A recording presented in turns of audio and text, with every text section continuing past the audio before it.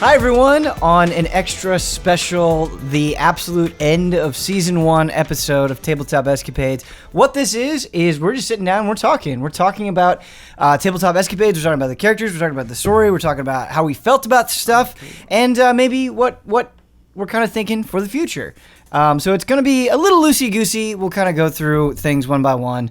But it's just kind of a big old wrap-up is what it is before we start getting into Season 2, which will happen sometime in January, which I'm very excited for, and I hope you guys are excited for as well. And so leading off this conversation, by the way, we should just, just for making it super official, we got Bradley Ellis here. Hi. Good old Nicator. Hello. The Thief. Super official. Super official. We got Kyle Bossman scratching his pits. Nice. Appropriate for both Fame and Yogala. Mm-hmm. Yogala was a wizard. Fame was a fighter. And then we got Huber down there, was Hello. once a monk named Law, and then became a cleric named Pomper. Yes. Also, main character. Yep. Main character. We have Hashtag main character. hashtag main character. We have Ian Hink there at the end. Did not die. Did not die. Did not die. Nicator didn't die either. Therese the Warlock. Yeah. Very powerful. Eldritch Blast. Got that staff. That's just the way it is. It's just the way it is. It's just the way it is. I wanted to... I don't know how much you guys remember this. I don't know how much I remember this. But to go back all the way to the beginning of the venture, you guys started in a caravan, basically, going into the woods. And you were attacked. That was the first sighting of the Nightingales. Lars had grain. Yep. I guess before that, the first episode, we kind of talked about the general setup of the world, the conflict between the red and the green dragons, the Sea of Flames, and all of that. You met Lars. Lars was somebody who, it's interesting how sometimes there were characters that I didn't think were going to be that important initially, and then I'm like, oh, wait, no, let's make them important. Lars was definitely one of those characters. But how did you guys feel going into that? For three of you, you had done a lot of tabletop with Tabletop Adventures, and so what was kind of your mindset going into it for Kyle and Huber and Ian? I remember being mad that the first enemies were so hard. They had a lot of HP, and I was just doing magic missile. My first ever wizard attack. I love that because I feel like in Tabletop Escapades, the enemies were strong. This is Escapades. Tabletop Adventures. I felt like you made the enemies kind of strong, but we never really worked together that often. It was nice for you to. I liked. Sure. Yeah, I liked you setting the tone straight out of the gate with some hard enemies to kind of get everyone. It felt more like real D&D. Yeah. It was really important to me because the Nightingales I knew were going to be something that you guys were going to be fighting from beginning to end, which pretty much remained true, and so I wanted them to be hard. Yeah. Maybe I made them too hard, but I didn't think they were that bad. I don't know. What do you think, Kyle? Didn't you burn yourself alive on a tree or something? The tree. We would have lost if there wasn't a forest fire. The forest fire, remember that? Yeah. There are definitely... I will tell you... balancing difficulty with D&D is always really difficult because, you guys aren't usually ones to just be like, I go up and whack it. It's like, I, try to lift up the entire planet and throw it at the enemy. Yeah. Kind of One time playing. we tried that. Yeah. We're never going to live it down. Yeah.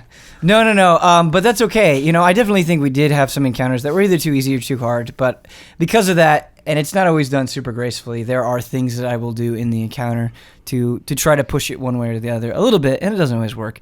Xanathar's Guide to Everything has that lovely challenge rating table. Yeah. It's going to come in handy. Xanathar's Guide to Everything. I haven't really looked at it yet, but I want it to be... I know you're very excited about it. I love it. The things that you've told me about it, I really want to be a big part of the... Ian second sneaking season. peeks. OP. Peaks. What? You're sneaking peeks. I've read all the books. You're OP. That's sneaky. You know what's coming. D&D. You know what's Half on the of horizon. The battle is reading the books. I know you're unfamiliar with that. But kind of going into the adventure, running into the Nightingales, hearing about the dragons, I really do not care what the answers to this. What were your kind of impressions about this world? What did you want to know? Did you not care? What kind of was your mindset going into the adventure? Were there lingering things that you had in your head from adventures? I don't think we learned about the dragons immediately. I talked about it in the first episode. I sort of set up the world. Yeah. It was like ancient lore. Yeah. Right, they were all gone. Right. We thought they were all extinct. Elder Scrolls style. Yep. Yeah. So all we knew is that nightingales were storming towns and taking them over. Yep. And they were like goo, like black goo monsters, and we were like, what's up with that? Ooh, I do always hate goo. Yeah. You hate goo. Yeah, anything that's like forming out of goo and becoming a thing, I'm not into it. Okay, I do that a lot, Not both in into it in, adventures like, and escapades. Not into it in like a Kyle Bossman doesn't enjoy this? Yeah, or like, just I'm that. afraid of that enemy. No. Just like Do you think Ben is doing a bad job anytime he introduces goo? Is that what you're saying? like James Cameron as well. Like it's just like it's across the board. Uh-huh. When does James Cameron use goo? In T2. It's not goo. That's it's metal. liquid That's a metal. metallic alloy. Yeah. Calm down, nerds. Yeah. It's fine.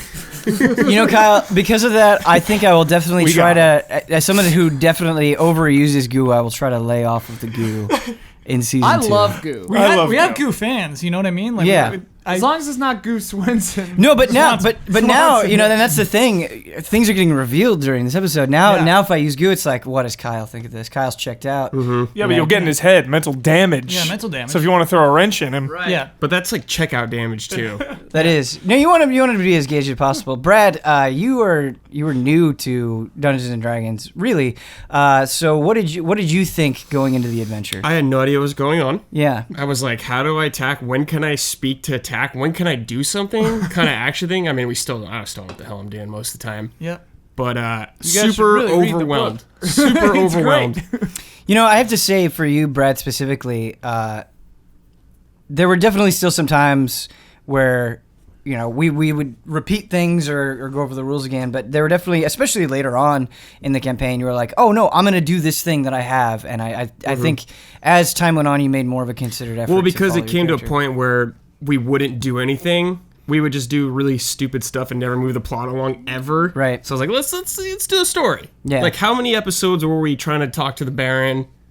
Right. Kyle I'm always trying to be trying. a street wizard. all I'm the time. always trying to go forward. Like, that's fine a lot of times. Like, I like doing that stuff a lot, but sometimes I'm like, just move it along. Let's move it along. the law trying to speak to the Baron. the Baron. arc. But I feel like the Baron could have advanced the plot further if we had stayed with You'd the already Baron. spoken to him like 3 times. If we though. had changed the Baron's mind, if we had stayed, if we had proven our case, So you're if trying we to had tell me stopped that giant You invasion, do not regret Law's actions at all. absolutely not. This is No what I love regrets. about D&D. No because regrets. Different human beings and different characters Yeah. will just do things that are insane, and they have their own logic, and that's Let's- the let's beauty of ask- dealing with other people. Let's have Telling a let's story together. Well, let's have the DM say. Let's have the DM be the tiebreaker. You're looking for vindication. Well, yeah. What would have hold on. happened? I'm just going to say this. Ben gave us many hints and made it seem pretty clear when it's time to move on with stuff. Ben Yeah, basically you're probably said, right. "Don't talk to the Baron." Yeah. Well, no. You want to know what would have happened if you would have talked to the Baron? Yeah. Because really, the setup in Heathensburg, what I had in mind, it always, I swear to God, it always starts a lot more simple than it ends up being. Like, it ends up getting way too complicated Yes. because, like, what ends up happening, and this is totally fine, and it's like I think why we've had so many good moments because you guys do this, but it makes it infinitely more complicated, is it's like, all right, guys, here's the place you're going to, here's the setup for it, here's the objective, and then you're like, all right, we're going to just put that to the side, and we're going to do something totally different, but within the context of this place. So I have to kind of apply the rules of that place to something totally new. And what my thought process was with the Baron is that the Baron was this guy who was literally engaged in war. And he was really kind of stubborn, but the reason that he was stubborn was because he was looking out for his people, and he wanted And we help were from gonna you. help. Right. Yes. Right. And Exactly. so really that part of the story, so the idea initially for Tabletop Escapades in the story is that, you know, you were sent to do this mission from Virion, and that, you know, it would kind of start out where you'd be funneled through these caves, and it'd be like a little linear at first, but then when you got to Heathensburg, it would open up, and you would kind of get involved in the broader conflict. You would get involved in the war, but that didn't happen. Yeah, like, that was the intent, Hubert, but it didn't work out. It would have if we had stuck together. No. If he didn't kill Moof. I mean, if he that's didn't a bit- slit that's some a- guy's throat. That's true. So don't even pin it all on me. I'm not pinning it all on you. I like the chaos sometimes. Yeah. You let move. Fall. You let Moof fall. We're all guilty That was of the dumb domino stuff. effect of chaos.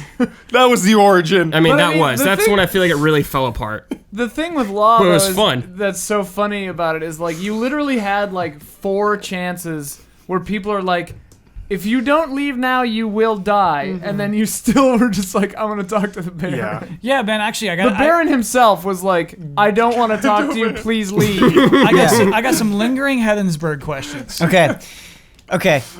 I will do my best. There was a note by the murdered eye patch Oh, sewer yeah. Yeah. written by Therese. What? Yeah. You shouldn't have trusted me. Yeah. Therese. Yeah. Who wrote that From note? Therese. So, what I was intending to do with the note is that was a plant from the Nightingales that they were trying to Break the group up. Split us up. split you guys up. In fact, do you guys remember the wizard that you encountered, the one that Yeah. you got the staff from? Green cloak. I'm doubting myself even saying this, but I believe like he was supposed to have a better, more integrated role than he did. He showed up at the cat races. Yeah, he did show up at the cat races, yeah. but he was supposed to basically be an agent of. Wasn't it him in that Viren. crazy woods with all the little white like goo guys? Yeah, but That I we think killed? Moof murdered him. Yeah, Move like Pomper flipped him over and The like suplex. Yeah. The thing about Virion Strength check. is I was kind of thinking about Virion and then like eventually putting him kind of into the Dragon Lord role.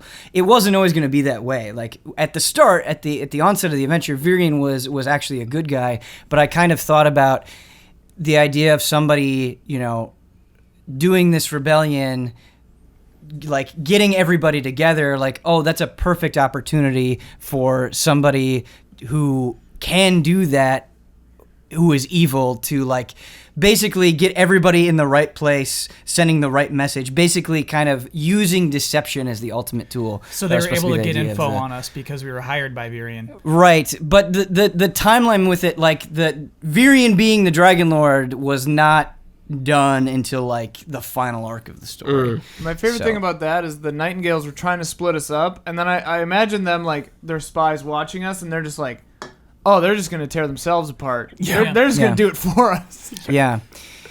We I showed got them. one more Heathensburg question. Hold on, I want to go back to the note real quick Oh, because okay. I was saying like, oh, it might have been the Nightingales, it might have been the wizard. There were definitely a lot of times in Tabletop Escapades where it was like, okay, I want to introduce something and I don't quite have it tied up yet, and I think the note was one of those cases where it's like, oh, I love the idea of like Therese's backstory was so good to me, where there you have this sort of otherworldly presence kind of messing with her mind, just that mental instability. That's fun to mess around with, and I liked the statue as well. I liked the curse, and so there were a lot of moments where I'm like, okay, I kind of want to play around with this, but I don't really know what like the final answer is going to be. Maybe the players will do something that will kind of tie that up together. Yeah. So, sorry. Next Heathensburg question. What happened to Law's roommate, jailmate? Tyrell. Tyrell. Yeah. I said too. Yeah. I have no idea. That story did go. not. Could we meet Tyrell in season 2? Yeah. He lives on in Okay. the tabletop Tyrell- universe. So, like, I have a definitely personal ranking of like NPCs that I thought went really well, and then Yeah. like NPCs that people really like. And Tyrell's just somebody that like I think is a cool character that wasn't given proper justification, and so maybe he'd be fun to bring back and introduce. But like characters that I really thought had a story to them, or like are ripe for potential. Like Janine is somebody that I think like there's definitely a story there. Skull is somebody I really like. Just a big old vulture. The Huntress, there are some things I'm disappointed about with the Huntress, but like I think there was potential with the Huntress. Old Huntress Benjamin could was be- my favorite. But. Oh, Benjamin's great. The Huntress Yeah. is like she's like after the Empire has fallen, like still pissed. It could be Iden fun. Versio. Yeah. Yeah, like the ideas that I was toying around with for the mountain are a side that I wanted to do more in the story, and that's something I actually wanted to talk about the story. I was just kind of enamored with this idea of you guys going to places that were affected by this war differently, that were essentially like having different responses to what was going on. Either they were like, no, let's band together and let's help, or like, no, let's dig our heels in and shut out the outside world. I think I could have done a much better job, and I wish I would have done a much better job of sort of handling this broad war. And the mountain was like kind of a different side of that too. But what I've learned is it's really hard, I think, to paint both a broad story and an immediate story. And what I found for our group is that the immediate story was like, always more fun, always more interesting, and always more engaging for you guys. And so I think that's definitely going to be a focus next time, where there will definitely be a big picture story, but it's going to be a lot more focused about what are you guys experiencing right now? Why does it matter right now? I think that having the big picture story is really good, and I really always had a feeling like our characters were existing in this bigger world that felt thought out and had the meat on its bones, and our characters just weren't interested. Right. Which I think is great. Like, yeah. I think that it really, the way you were doing it made the world feel very real, and I really Right. appreciate all the thought you put into it. Right. Yeah. Well, the thing is like, you just learn how people respond to things, and who I paired whom up with mattered a lot too. Like Kyle's characters, they were lone wolves. They had really deep-seated personal stories, and like they kind of cared about their own personal objectives above all else. And I think like my favorite moments with Yogala were the ones in Calvide, where we kind of played into this idea of Yogala's narcissistic nature for magic, and like the conversations with the guards. Like I really enjoyed that because it played into Yogala's storytelling. I think the times where I like try to get Yogala to force Yogala into like, hey, what about the Nightingales? What about Moof? What about all this stuff? I think it was a little bit too forced, but like the Purple Crystal, like that was really fun to introduce. And that was like, there were so many things that were planned because it was like, yeah, like this is going to work. The Purple Crystal was like, this preys on, Yogala's tendencies. And something I learned with Pomper, for instance, is like, it took me way longer than it should have to be like, no, he's going to fall in love with everybody. He's going to try to incorporate everybody. And so that really put me on my back foot, where it's like, oh, okay, these characters have more narrative significance than maybe I was intending. I think Disgraced is like a good example of that as well. But I actually ended up kind of liking what happened with Disgraced. And I think what it is with Disgraced is, sometimes you can overthink things, and it was kind of nice being like, no, Disgrace just loves you above all else.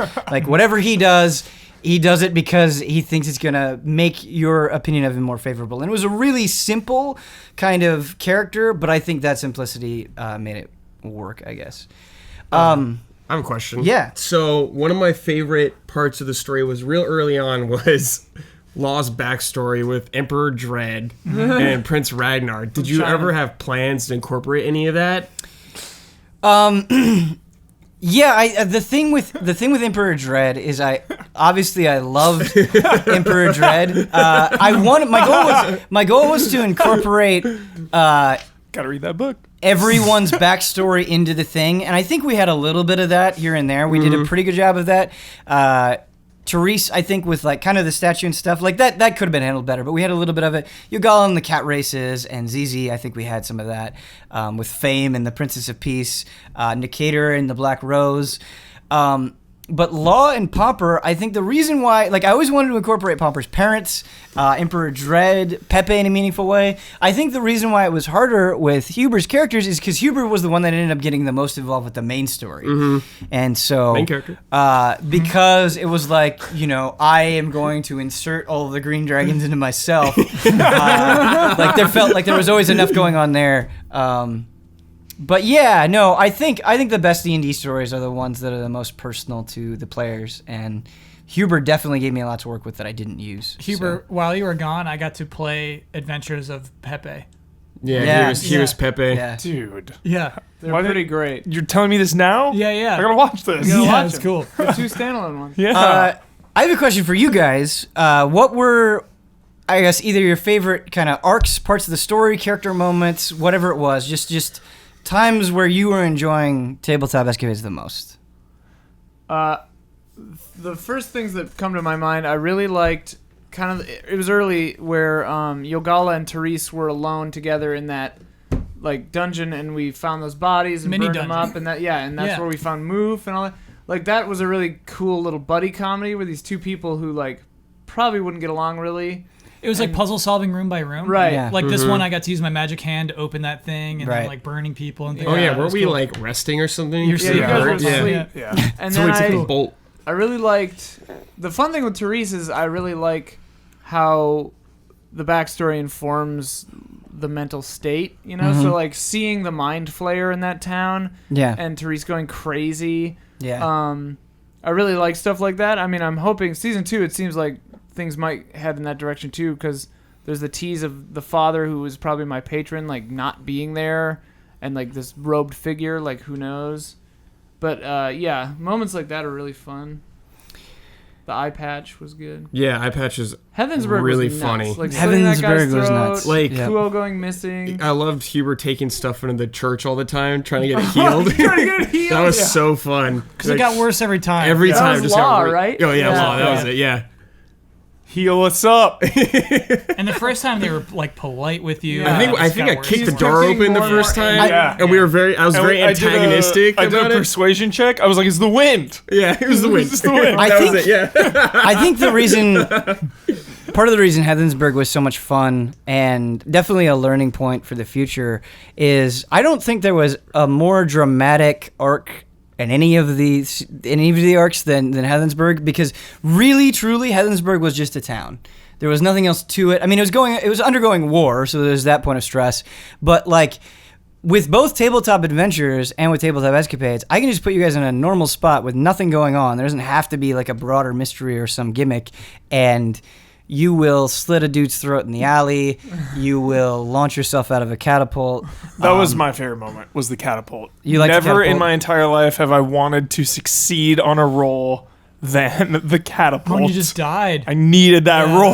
that's so sad. But like, I died too, so that was pretty cool. Cause Yeah, just that was- Yeah. splattered that on was a cool. catapult. Just like, yeah. So love the catapult. It's funny because like Law's death prompted definitely some strong negativity, but I don't think it really, that negativity to me read like, no, we just really love Law. But thinking about that moment, like I kind of loved the battle that you were in. Love that You know, battle. I loved Holding the the line. process. Shield. So you fun. were Like, I don't know how many Interactions. times you Yeah. said that when you I also loved that like your party was abandoning you and Yeah, you were like, by bye. yourself.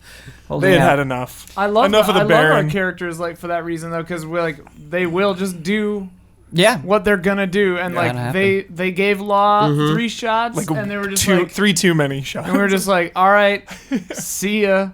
Yeah, like if they had stayed, we may have won, but maybe not. We Maybe. all could have just wiped there. No, we I don't would think not. we We would've would won. have not won that. So It I was- don't think we it was would've an ended up army. leaving, but I Huge think none of us orcs would've with died. Mages. magic casters on their backs. You know, it just wasn't Yeah. gonna happen. Though it was another good learning moment because you know it was pretty early on in the story, and it was like a show of force. Like you guys hadn't really seen that kind of capability from the Nightingales before, and that was sort of the point where it was like, hey, these guys are a big deal. Not that it's going to be impossible for you to win, but they have a lot of things that you just don't, and you know you're still pretty early on adventurers, and you were like, I'm still gonna fight him. You know, I'm still gonna do that last stand. Kyle, were there any moments that really registered for you or that you enjoyed?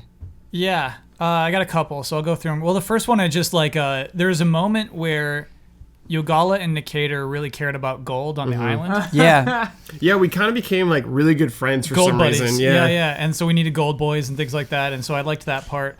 I also really like it's this moment after the island. We wake up just in a field and we go to this town, and the town is so effed up. yeah, And then Vegeta yeah. and Nappa show up and they behead a baby dragonborn. yep. And And Popper's like, no. yeah, Popper has to watch a little baby dragonborn get its head chopped off. And then we run into the woods, and you're like, "There's a crying baby," and we ignore it. Yeah. We're just like, Because it was nah. just Yep. like you put us through this intense ringer, and there's like, Right. I'm not doing a That was thing. when Right. we Yeah. tried to I'm break not in, doing get the it. loot or whatever. We Yeah. fought the big fat guy. And my Yeah. bird kept like, Yeah. I feel like that little story of the town isn't one that gets as remembered as much, but that was definitely one of my favorite moments as well. The That was what island, Mind Flayer was too, yeah. the island is actually my least favorite, and The the Lost Island. reason why I want to bring those up is because they're definitely like things that I like to incorporate time and time again, and they've been done to varying degrees of success. But I really like Alice in Wonderland storytelling. I like things to be abstract. I like things to be mysterious, and so it's. You know, sometimes I think it's most fun when you're just presented something crazy, and then with the D&D rule set, you have to figure out how you deal with this. But what I definitely learned from the island is like you can go too far with that. Like if you think about that, it's like okay, we have this ziggurat, it's got all the symbols on it, and then you have these things, and the 3 different colors, and then there's this void, and there's this dude in the brown robe. It just felt like it was too many layers deep. Whereas like the town, it's like, no, here's this really small place. This is what you have to interact with. This is what they're doing. Here's what's going on. A relatively simple story. And I think, the one-offs kind of were able to do that as well. And so I think going forward, I want it to have more of the focus of that little town and less of the too many layers of the island. For me, I think the difference, and I think what you're saying too, is like when super, super weird things happen but are still grounded in reality, right? Like in that town, like portals and wicked men, right? Our characters and everything can still stay grounded in it and feel connected to it, right? But stuff like the island where like everything is batshit, right? Like bonkers. Yeah, it gets a little less. And then that's not to say there weren't amazing moments, like Gold Boy and all that was there, and like fighting the weird goo guys and stuff. But yeah, really, I think part of it. I think the island, the good moments in the island are all the narratives that you guys developed. Like I think of the Gold Boy, the reality that we created, right? Once we'd accepted where we were, right, definitely. How about you, Nikita? Were the big things? I just have to say, like, you coming to me with the Black Rose and developing it together was probably like most satisfying moment of the entire adventure. That was really fun, I think. Fair moments. I really liked Gold Boy. That was a lot of fun. Just being ridiculous in that sense. You guys kept claiming I was in love with right. him. Yeah. That was so fun. That was so fun. That was my favorite. You kept acting interested in him because you wanted to kill him. Mm-hmm. Well, you wanted to pass. Because you had the idol, right? Yeah. Even Pomper got in on it a little bit. Yeah. It was so funny. He's nice, Therese. Like some of my favorite moments are the moments that like made me panic the most. Like when Kyle just pushed or like didn't catch a move, starting like slight chain reactions. It would have hurt me. It would have hurt me to catch Oh, move. I know. Yeah, hurt but not like. It was like the worst thing you could have done, but you did it, and it just set off like you were like lighting a fuse right there. And it was just starting a chain reaction. Yeah. All right. Like Hubert always does really stuff that does it, but I really love that chaos sometimes. Mm-hmm. So I mean, every time we just do something really stupid and weird, it's always amusing to me. I kind of, as time has gone on, I always kind of got the impression that like Yogala really believed that with the whole move situation, that he was in the right. Yeah, and I think that, Kyle believes that too. Yeah. Like, and that like what he didn't warrant what happened afterward. But I think that is the beauty of D&D is when things just spiral out of control, as well. I love like every time things just went out of our control. Like after that, that did kind of because after that I slit the guy's throat. I hid as like a fisherman, like illusion for like You're a with month. me. Like it was nuts. And then Calvide, that's the money place, right? The money place, where we like burned down a pirate ship, broke all the laws, and wound up like getting the entire town when we killed. slammed the ship into the docks. We just like rolled up, slammed the ship into the dock. We just like could not park the boat because we killed everyone, or like we scared all the sailors off the boat. I don't think it was our fault the town burned though. That was like that was them just attacking. I think. Yeah, we wrecked the arena, the cat racing arena, because like my thing caught. backfired. I got caught, and then that backfired. But then I think the town got attacked. Move came back to life. We had to burn. That's fake my Move. favorite point is when Cuber brought Move back to life, and he was just hideous, gross creature with like a big hole in his head. We kept him around for a little bit. And then it was like a British man. Yeah, he came back as like some other dude. Yeah, and we were just like Pomper, it's not him. Yeah. Or the moment where we tried to train Moof a little to fight. I think that was I really like that. Yeah. I really like that. I gave him my sword and he just dropped it through the floor. Yeah. But I think he leveled up, right? Yeah. He got and you landed on him. That was awesome too. Yeah, I landed on I heard him. that almost. I think that like took him out. We Cuber, I had to just like stabilize him. everything you do. Because no one else could do that except you. No one else would do stuff like that. Huber's a loose Suplexing. cannon. Yeah. I like it more than Hogger because Hogger was like so mean and cruel. Yeah. Right. And like more self-centered. Like Pomper at least thinks he's like doing the right. He's trying to do the right thing and trying to like Hogger- save people. Yeah. Pomper just wanted to fight. Pomper wants to do right. Yeah. But his perception of that is not Not always. complete. I say this as a point of praise, not as a criticism. Something that I love about Pomper is that he's naive, is that he's young and that he doesn't understand the world. And so he genuinely wants to do good for other people to the point where it may not be the best decision or even reasonable, but he's still following that fundamental belief system. And while I enjoyed Hogger, you know, I think Hogger didn't have as many things going on with him, where Hogger was just like, I want to do this because it's violent or because it's brash. Right. There really wasn't that kind of reason underpinning it. When the moment at the very end of the season when we all collectively remembered that Pomper was 15 years old, and we were all like, oh, right. We forgot. Love that. Sorry, go ahead. I just want to I have a question for Kyle. Yeah. Kyle, I like there's a part in the story where Yogala just became way more about himself. Just super focused on himself. I think it was when you got the purple crystal. Yeah. You just kind of started getting more distant and power hungry. Yeah. I thought that was a really fun, weird twist in it. Like you were just leaving us riding around on your pony, getting the dragon killed. Yeah. Ultimately just killing yourself. Well, I didn't know that. What is her? I forget her name. Mipsy or something. Which Daisy? one? Daisy? There was Dragon? a dragon who Yeah. chased Yeah. me. Oh, yeah. Or Betsy? One of Betsy. my favorite things about Kyle as a player, and I definitely got it during Tabletop Escapades even more than I did with Tabletop Adventures, is there's definitely a moment where, like, when Huber makes a brash decision, is like, no, I believe in this. And with Kyle, he's like, I know this is going to end terribly for me, but I've really thought about it, and this is the only way it can happen. And just sort of that, like, refusing to kind of optimize it in his favor or play around it, like really just committing to the tragedy of the whole situation, I think is really good. Like you knew when those guys kidnapped you and like the crystal was presented as an option that you were gonna dive in. You like I was gonna jump. right. I also love that Therese tries to keep everyone on track. You know, when things get out of hand and we start deviating so hard, like anchor, Therese. Yeah. Well, I mean that I think is the fun. The great thing about D&D with us so far that I've seen characters that we've played is that they're just like super heightened reflections of like the alignments that we pretty much are anyway. Like true neutral or chaotic neutral when she's crazy. You're just chaotic good in real life. Yeah. And I don't know if you could play something other than that. Probably not. I don't know, neutral evil, Bossman? Sure, yeah. Neutral. I don't know. I don't think it's evil. His characters are evil, though.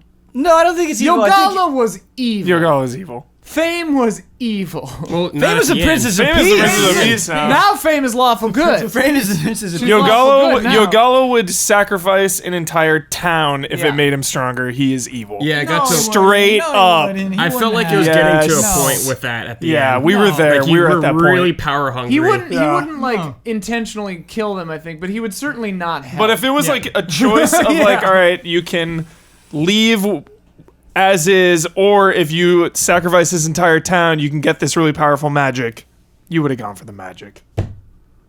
Hands down. But He then never if read like, the scroll. He never did it. right. That's But true. you wanted to become a red dragon at the end. Fame wanted to become a red Oh, dragon. right. So she could kill her That's daddy. right. There is an NPC that I want to briefly mention just because it's somebody that I've been thinking about, and I was like, oh, okay, here's why that really worked, and it's the Sweets Man. Oh, yeah. And Man. this is again Yes. None of us trusted him forever. right, and that's actually what I want to talk about, because I think with a lot of the characters, I'm like, okay, you know, this is everything. Here's their whole tree of motivation and all this stuff, and it's just overthinking it, because what was great about the Sweets Man is he was so simple. He was this really disgusting man, but was actually like totally innocent, totally innocuous. Like those sweets were not poison. Yeah. He was just a gross man who made something that this town loved. And I think what made that work is you guys did all the doubting. You guys did all of the fabrication, the puffing up of this character. And that's something that I learned too, is, you know, really just give them like an interesting template and they'll fill in, Right. you know, the details. And then in you a can great choose way. to lean into it or not. Right. I'm always in this Leaned in on the weird. sweets guy. Yeah. I'm always in this weird place because Pomper trusts everyone, and Therese trusts no one. Well, it's but not just you. Pomper really looks up to Therese as like Right. a protector and like a party member. So Right. I'm always like, well, Therese thinks this, so maybe I don't want to trust Everson, but it's like, I love it's that. like I love that. I have fun playing with that. Well, all you guys are different. I would say like there's a certain level of apathy and self-interest present in Nikator, in Yogala and Fame, and in Therese, whereas like Law and Pomper are the exact opposite of that. And so a lot of situations you kind of have Pomper going one way and the rest of the party going another. And so that can be very difficult. It is very difficult. Yeah. And like Hogger was kind of the same way, because like I feel like our character, when I did Hogger, I was really mean, but the party was like pretty chill and nice. So then now this time when I made Law and Pomper, it's like, okay, I'm going to go the other way. I'm going to be a nice character. And then all you guys are making crazy characters. Like, yeah. But I think you need that. You know, you wouldn't want everybody agreeing with every decision all the time. So, yeah. I love D&D. Yeah. I'm excited for too. season 2. I have it too. Should we talk about season 2 at all? Like, Yeah, we should talk about season what 2. characters are coming and going, or what do we want to save? What do we want to reveal? There are a couple of things that I want to ask, like in terms of like, hey, how can I jump into season 2? The general setup for season 2. No spoilers, but just the kind of framework surrounding season 2.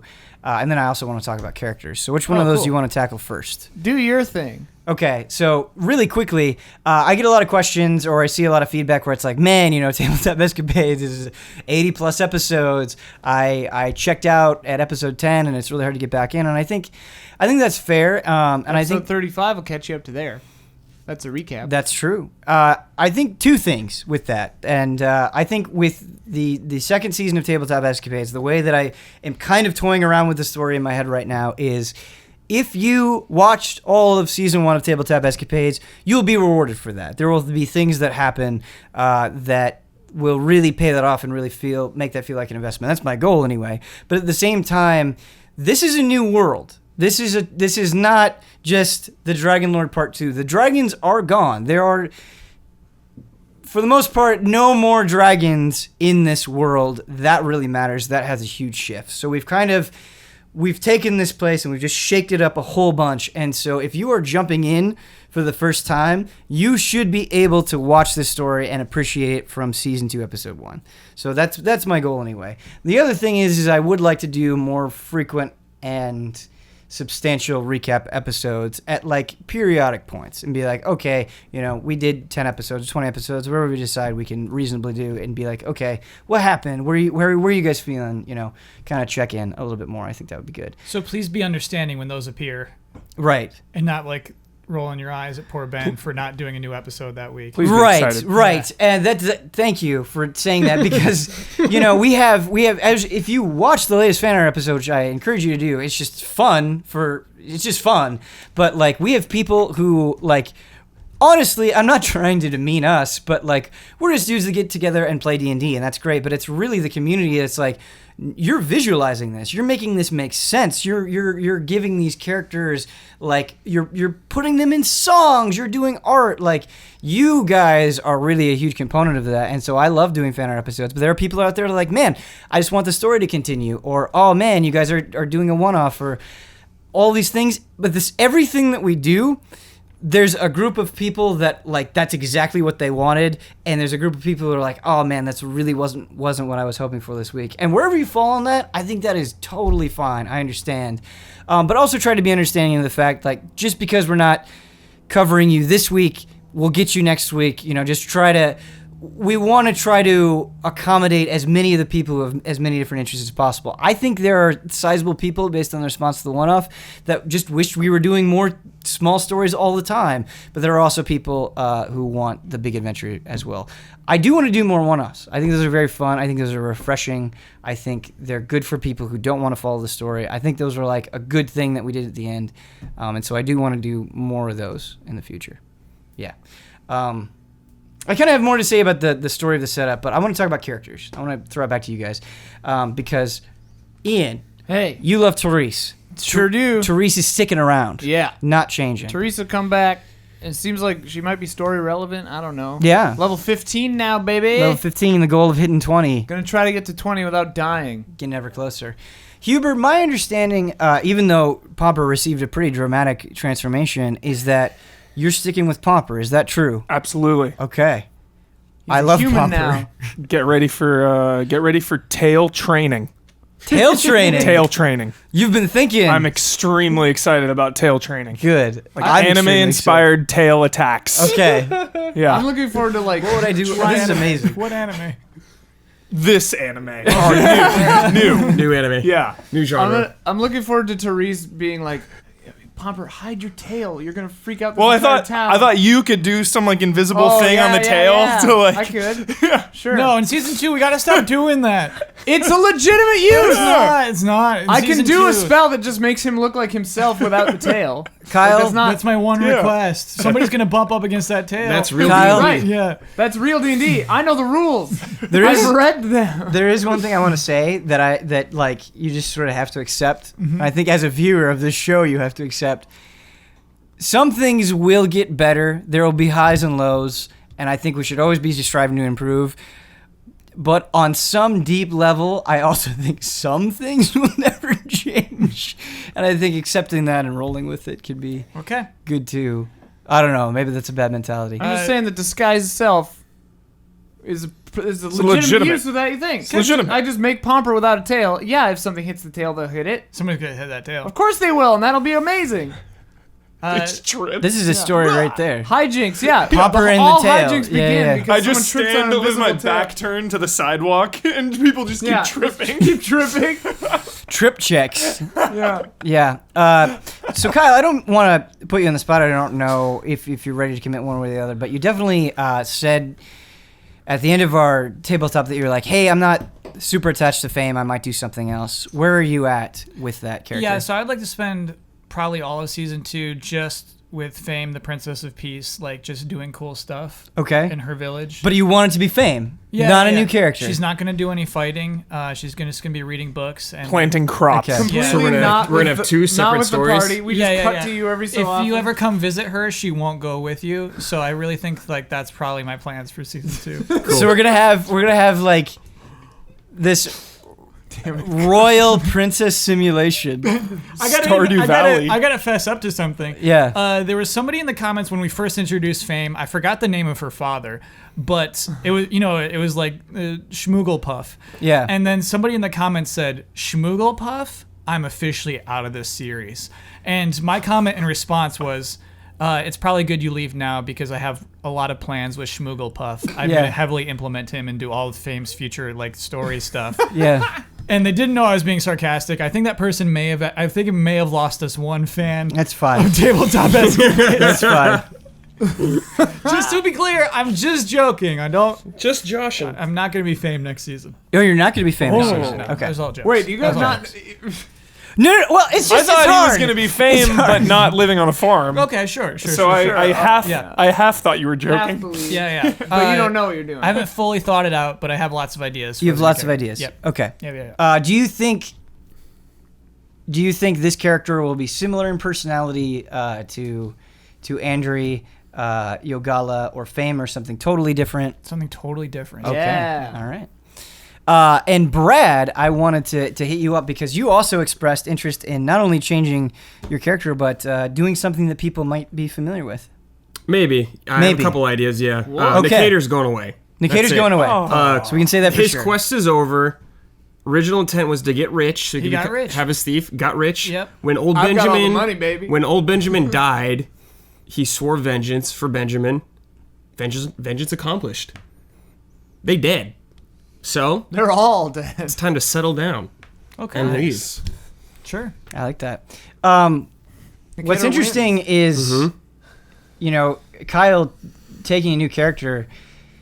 Fame is in a position where, like, as the Princess of Peace, I can totally see, like, okay, she's going to go here and she's going to do these things. And, like, that might be somebody that you run into. You might not. I don't know. Yeah. That's not a promise, but maybe something to play around So with. wait. NPC Fame would be pretty funny. Yeah. So are we playing by like old school RPG rules where they'll be lower level than us? I kind of want to be. I'll explain the character, but I kind of want to start lower level, Me too. Okay. and maybe we just Really? catch up faster That'd be with fun. the XP. Yeah. Yeah. Yeah, Because I we're think going to be it's fine. learning brand new characters. Old so. school RPG rules. Whoa. Like it's honestly it's hard getting a character with a bunch of spells and stuff you're not familiar with. Right. Like any RPG, Yeah. it's good to like grow up with it. but not like level 1. level one. Well, No, Yeah. like a little lower than us. Let me do level- like level 10 Hey, or one. something. I'll say this. We'll figure it out. What's more That's important to me cool. is, while combat ability is obviously important, I don't want whatever Kyle's character is to immediately die. I never want that. No, I'll make you two carry me. I mean, but will. that is I- a concern. yeah. Like, one enemy that we would fight at our level would kill you forever in one hit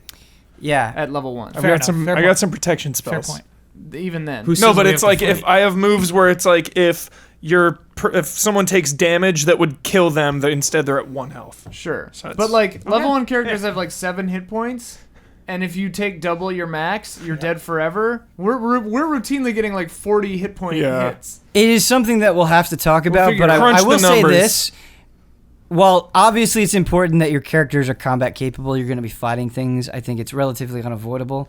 It's way more interesting to me, and I think more interesting for the show, frankly, that your character is built primarily with a role-playing focus in mind and a combat focus second. Not saying that you, like, maybe you love, Rangers and you want to be a Ranger. That's fine, but, I hope there's an interesting character behind that, and you guys are always excellent at that. I just so not like a the concern. context of we fought some serious shit. Absolutely. So we're higher, Absolutely. like our Yeah. characters Absolutely. were in it. And there's Yeah. no way Yeah. whatever new thing Brad and I like there's no But you way guys- we've done what you've done. But you guys could be Unless experienced your backstory fighters. is, yeah, But- like, but- of a Experienced- soldier. Yeah, that have fought a lot of stuff. Yeah, That's why I was thinking like level 10 And or when 11 I or 12 when I or comment something. on like, hey, that first season happened and it mattered, I think obviously Pomper's transformation. I mean, that's something that you're gonna have to Down deal level. with. That's a Pomper down consequence. levels. And Therese, there are obvious allusions going on to your backstory that are going to need to be dealt with as well. And it's not like you don't have the staff anymore. It's not like you Right. don't have that bag anymore. Like Well, I these handed the things are staff going to to. Pomper, but yeah. Oh, sorry. I'll get it back. Sorry. Just pull a Metroid. Just ask. Take all their stuff away. You'll have to, Ben. We have infinite gold. Well, maybe you'll be at a point where maybe you'll be in a place where that doesn't matter. We'll have New to see. currency. We could be Yeah. like royalty and still go on adventures and stuff. Um, I'm gonna buy Bulvox. something I do want to say about the second season that is just a goal. You never know how things are going to work out, but the goal is.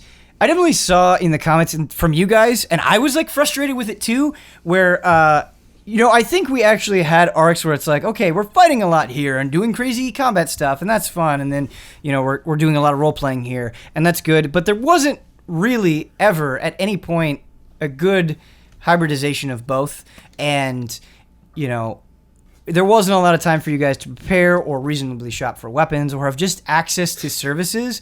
And so my goal for season 2 is to basically have multiple points where it's like, okay, we can push on and do the thing here, or we can go back, and RP, collect information, rest at the inn, and have stories planted within there that you can do that stuff too. But make it a little bit more back and forth, where it's like, okay, you're not in a mirror maze, you can't go anywhere, you're in another dimension, where it's a little bit more flexible, where you can reasonably travel between point A and point B and have access to kind of both sides of the coin, as it were. I think that would be really important. Excellent. Yeah. Tail So that'd training. be good. So that's kind of season 2 talk. Obviously, there was a lot of season 1 that we didn't talk about, a lot of things that we didn't cover. Are there any other questions or anything else that you guys want to bring up before we close it out? Where's Move? When's he coming back? The find most out popular soon character. enough. The most popular character. Yeah, it seems like the people who care about the show the most are probably the biggest Move fans. Absolutely. Moof gets nothing but hatred, Kyle. And Really? I know. Oh, I know you is would. that real? Yeah. People didn't like Move? People hate No, Move. Nobody likes well, Moof. there are some people that really like Moof. Yeah. And then there are people who hate Moof. Who hate Moof more than they hate anything. That on this hatred just earth. makes me want to love Yeah. Move more. Right. Better look out for I my actually think it's a good resurrection dynamic. spell. Better look out. Do you guys want to know what the deal is with Moof? No. Okay. If all you're right. gonna do We're gonna something find with it, out no. shortly. If Move has a chance to come back, don't right. say anything. There it's- are people screaming. I mean, right it's not a spoiler. I learned resurrection. But it's not true resurrection. Yeah. I don't remember the difference, but there I are think he two needs spells. DNA or something. You need Resurrect- like a piece of his Yeah. body for Yeah. resurrection. The fingers. True resurrection, you can just be like, come back. And Fingers. They do. Moves fingers. Talking about still have NPCs those? though, In that bag. talking about Moof, and something that I am going to Multiplicated. try to do moving forward. There were way too many NPCs, but I think even the good NPCs, even the NPCs that we really liked, the ones that we liked so much is I feel like they were around for the appropriate amount of time, and I think that's important. I think, you know, because NPCs are often so tied to whatever immediate story is going on, I think it's good for characters to leave and move on. Like, I think it's good that Janine left and did her own thing. I think it's good that old Benjamin died. And so, less NPCs, and they may not be around forever, but when they are around, I want them to matter and have meaning and to be interesting. So, Ben, I just want to say, yeah. I think you're an amazing DM. Yeah. I don't think I'm an amazing, but I thank think you. you're an amazing DM, and I think you're hard on yourself. Like, I didn't think there were too many NPCs, but like, I think you do an amazing job, and I want to just thank you very much. Yeah, Well, thank you. Ian. Thank you, for man. doing all this. It's been a great 89 episodes, 90 episodes now. A million that? episodes. Yeah, 300 episodes. And you know what? I'll tell you what I'm looking forward to. But before I do that, you know, I appreciate you guys, you know, praising me. That's very nice. But like, this show wouldn't be anything were it not for the stories of Nikator and Yogala and Fame and Law and Pomper and Therese. Like, it would be very easy, I think, at so many points to this show for you guys to be frustrated. You know, whether it's the way that you took damage or even died in some instances, or like you were pigeonholed into this certain spot. You know, there are definitely times where I was pushing and shoving in different spots, and rather than bicker about it, rather than fight, rather than, you know, get mad at me or make it all about you, I think what really makes this party work is you guys are willing to roll with the punches. Even if it doesn't make sense, even if it's silly, even if it's awesome, you know, whatever it is, you guys are able to kind of put aside your personal goo grievances and just go with it. Well, I think And, because everyone is so committed to their characters, Right. that I feel like when anyone is mad, they're mad at the situation and not even thinking about you pulling the strings. It's like, Yeah. no, we're Right. mad because Yeah. like this guy showed, like we gotta get him. or- Therese would be Yeah. mad. Like, Yeah. that's But I'm also really excited to not play D&D with you guys for a couple of weeks and really have some time to think of, not I don't mean that in a bad way. What I mean about that is, you know, a lot of times we'd be shooting multiple episodes in a row, or like, you know, I'd be really busy that week and it's like, oh, it's time for D&D. And, you know, I feel like now I actually have some time to really think about it and kind of just gather my thoughts and be ready for the second season. So I'm excited about that. Not that I don't want to play with you guys. I'm very much looking forward to season 2 and whatever that brings. And that's going to do it for us. This has been the recap. Hopefully you guys enjoyed it. Hopefully it was interesting. Hopefully it wasn't just too much of us patting ourselves on the back. But please, you know, we care about what you think about this show, and we deeply, deeply, deeply appreciate all of you, whether you've watched 1 episode or 5 episodes, or if you've watched all of them. That's amazing to us. It means a lot that this means something to you. So thank you very much, and we'll see you guys next month for season 2.